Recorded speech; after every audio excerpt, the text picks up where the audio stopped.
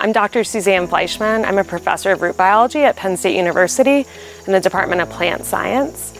My research is focused on the root systems of different crops and how they respond to various soil stressors. I have always had a passion for plants and the natural environment, and I actually started out in my studies really focused on environmental science because I really enjoy just understanding how different landscape patterns like hills or flat spots or rainfall patterns, weather patterns shape how plants grow. And then I grew to really understand how by understanding these complex systems that plants grow within, we can really help people and help feed people by applying it to an agricultural environment. And so as I kind of furthered on the path understanding all these things, I recognized that an area that we know very little about is the plant root system. And while we're understanding more and more over time, we've really neglected it for a lot of obvious reasons. It's really difficult to study. I mean, they're deep in the soil.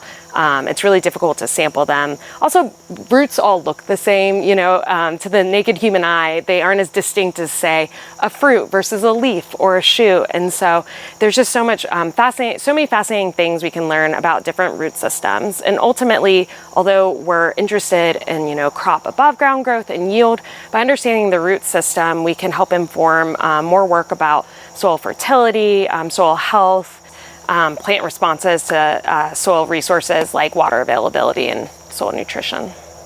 So I've been establishing a long-term project where I'll look at how weather variability that we expect to see in Pennsylvania will influence crop growth.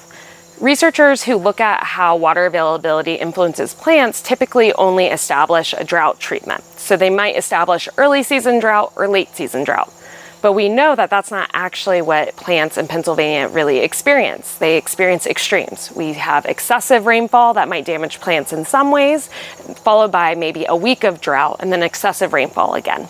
And so if we can establish kind of a rainfall drought pattern that we expect plants to actually experience, our research will be distinct, and that it's actually what growers are going to have happening on their farms over the coming years, rather than just purely, are we in a desert or are we in a rainforest?